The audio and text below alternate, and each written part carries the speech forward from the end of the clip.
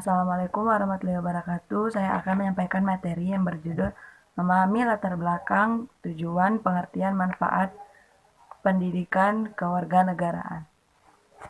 Dalam materi ini ada 4 pembahasan yang akan saya bahas. Poin 1 adalah latar belakang pendidikan kewarganegaraan.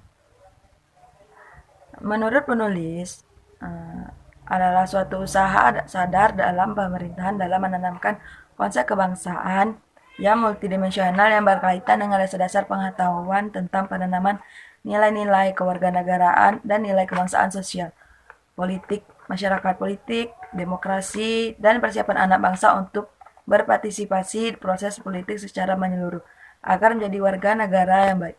Secara filosofi, pendidikan biasanya berawal dari seorang bayi itu dilahirkan dan berlangsung seumur hidup. Sebagaimana pesan Rasulullah, mencari ilmu itu wajib sejak lahir sampai mati.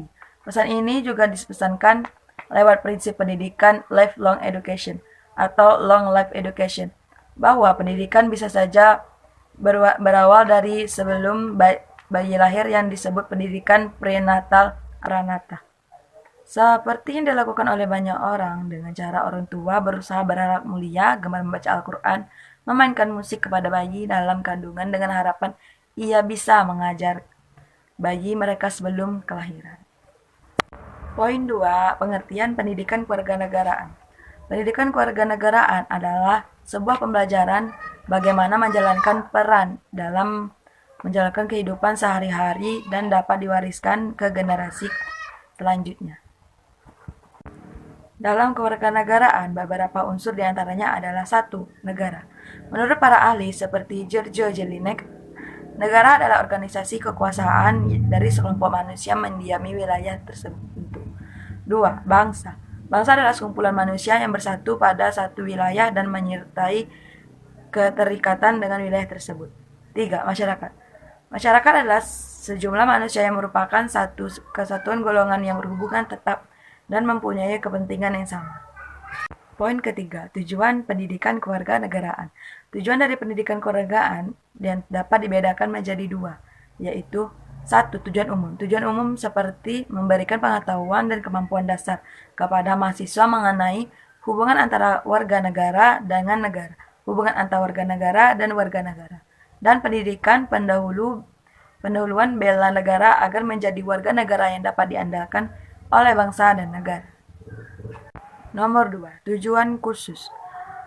Tujuan khusus agar mahasiswa memahami dan melaksanakan hak dan kewajiban secara santun, jujur, dan demokratis, serta ikhlas sebagai warga negara Republik Indonesia yang terdidik dan bertanggung jawab.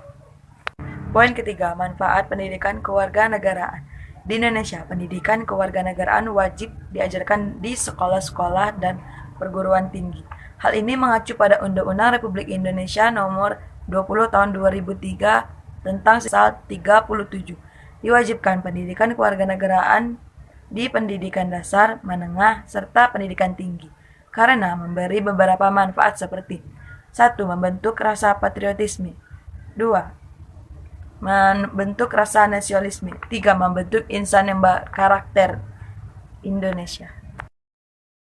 Dari penjelasan di atas dapat diambil akan pentingnya suatu pendidikan berbangsa dan bernegara agar terciptanya keseimbangan antara hak dan kewajiban bagi setiap warga negara dan kehidupan berbangsa dan bernegara, dan menjadi suatu penjelasan bahwa suatu hal yang mungkin sebagai hal orang menganggapnya tidak penting dan hakikat memiliki peranan yang menentukan kelangsungan hidup kita di masa yang akan datang.